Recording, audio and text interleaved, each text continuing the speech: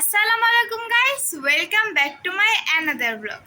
আজকে আমি বানাবো ম্যাঙ্গো পুডিং। চলো গাইস, কিভাবে আমি ম্যাঙ্গো পুডিং বানাই। গাইস, নিয়ে নেব 2টা ম্যাঙ্গো। এখন এই 2টা ম্যাঙ্গো দিয়ে ম্যাঙ্গো পিউরি বানিয়ে নেব। গাইস, ম্যাঙ্গো পিউরি বানিয়ে নিয়েছি।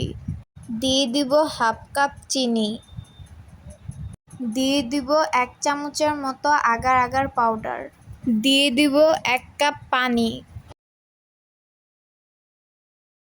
গাইস, এখন সব উপকরণগুলো ভালোভাবে মিশিয়ে নিব।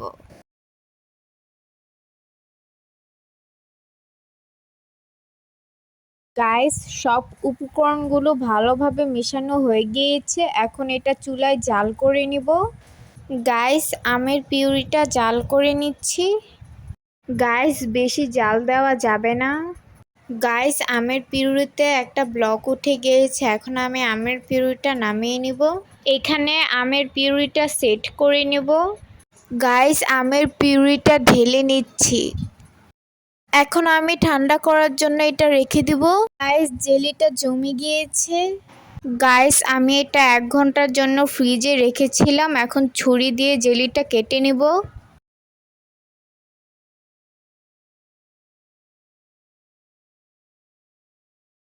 গাইস, এভাবে করেই কিন্তু জেলিগুলো কেটে নিতে হবে। এখন জেলিগুলো বের করে নিব। গাইস, জেলিটা কিন্তু পারফেক্ট ভাবে জমেছে আর জেলির প্রতিটা পিসগুলো দেখতে মাশাআল্লাহ অনেক সুন্দর হয়েছে। এভাবে করেই ম্যাঙ্গো জেলিটা বানিয়ে নিতে হবে। গাইস, দুধটা আগে থেকে জাল করে নিয়েছি। দিয়ে দিব চিনি। চিনি তোমরা তোমাদের স্বাদ মতো দিয়ে দিবা। দিয়ে দিব 1 চামচের মতো আগার আগার পাউডার।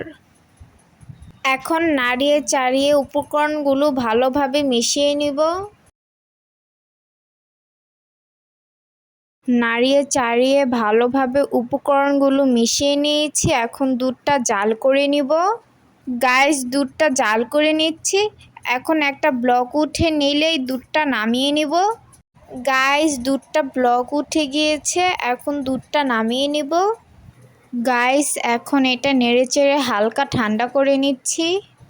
গাইস, আমি এই বাটিতে পুডিংটা সেট করব।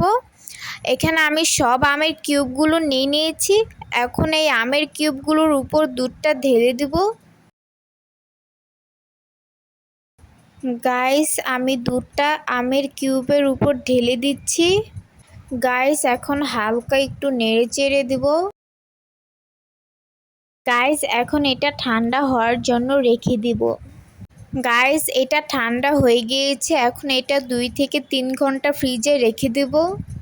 3 ঘন্টা পর পুডিংটা ফ্রিজ থেকে বের করে নিয়েছি। দেখতে পাচ্ছো পুডিংটা জমে গিয়েছে। এখন পুডিংটা বের করে নেব। একটা ছুরির সাহায্যে পুডিংয়ের সাইডগুলো আলগা করে নেব।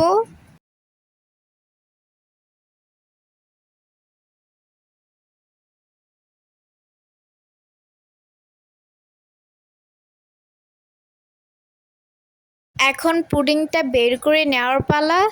দেখি গাইস, পুডিংটা কেমন হয়। ফাইনালি গাইস, পুডিংটা বের করে নিয়েছি।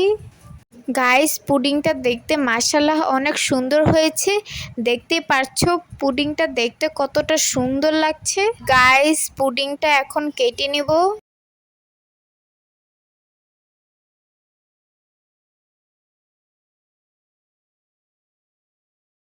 গাইস, আমের পুডিংয়ের ভিতরের লুকটা দেখতে কতটা সুন্দর লাগছে।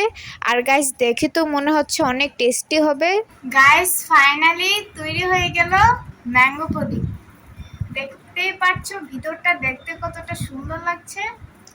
তো লুকটাও কিন্তু মাশাআল্লাহ অনেক সুন্দর এসেছে। এখন আমি এটা খেয়ে টেস্ট করব, খেতে কেমন হয়েছে।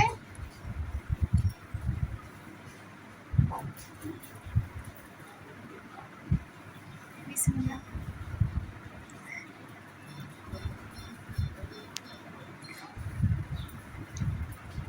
গাইস, আমের সিজনে কিন্তু বাসায় কম উপকরণ দিয়েও কিন্তু তোমরা ম্যাঙ্গো পুডিং বানিয়ে ফেলতে পারো। তো ম্যাঙ্গো পুডিংটা খেতে জাস্ট ফাটাফাটি হয়েছে। আমি বলবো তোমরা এটা অবশ্যই ট্রাই করবা।